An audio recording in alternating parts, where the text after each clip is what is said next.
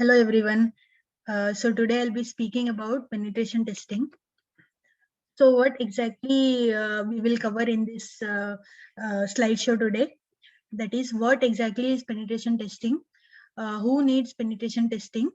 Types of penetration testing, phases of penetration testing, then reporting, and then finally I'll be talking about how to become a penetration tester. So the definition of penetration testing is penetration test, often known as a pen test, is a test that evaluates the strengths of all security protections on a computer system. Penetration test analysis both procedural and operational controls as well as technical controls. So who needs penetration testing? All the banking, government organization, online suppliers, or any private information processing or storage institution. In order to assure system safety, most certifications require or encourage the performance of penetration testing on a regular basis.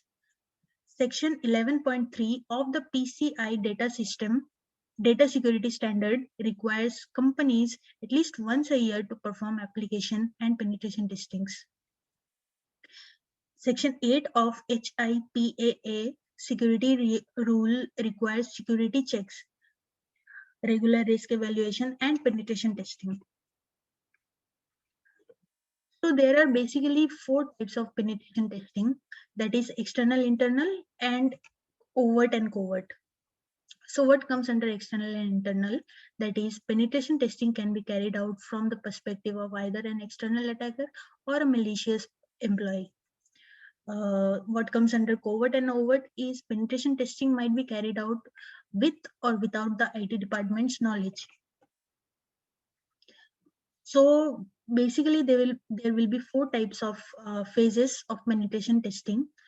First will be information gathering, then the second will be network enumeration and scanning, then the third will be vulnerability testing and exploitation, and the last it will be reporting.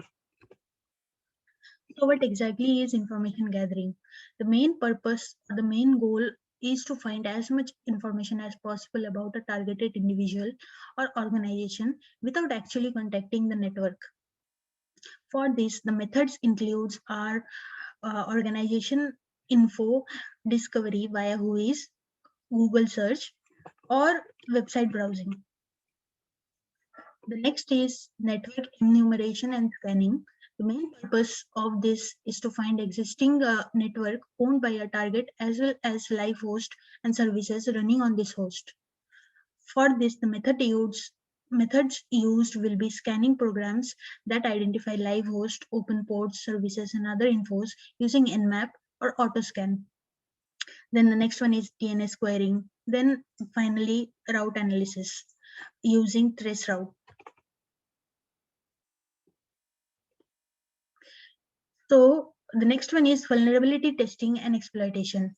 The main purpose of this is to check host for known vulnerabilities and to see if they are exploitable, as well as to assess the potential severity of said vulnerabilities.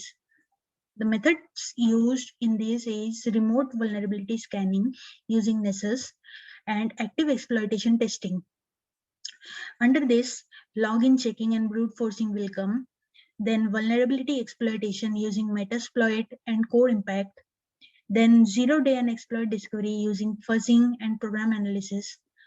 Then post-exploitation technique to assess severity using permission levels, backdoors, rootkits, etc. And finally, reporting. The main purpose of reporting is to organize and document information found during the information gathering, network scanning, and vulnerability testing phases of a pen test.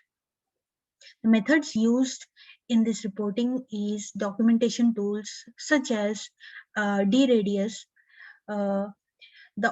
This organizes information by host services, identified hazards and risk recommendations to fix problems.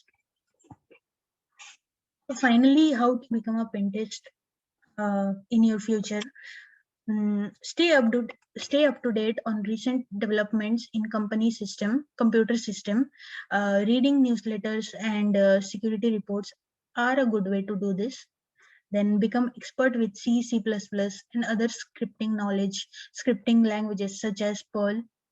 Then do few courses of Microsoft, Cisco, then Novell, and other penetration courses such as CEH as well as GPEN. So that's it for today. Thank you.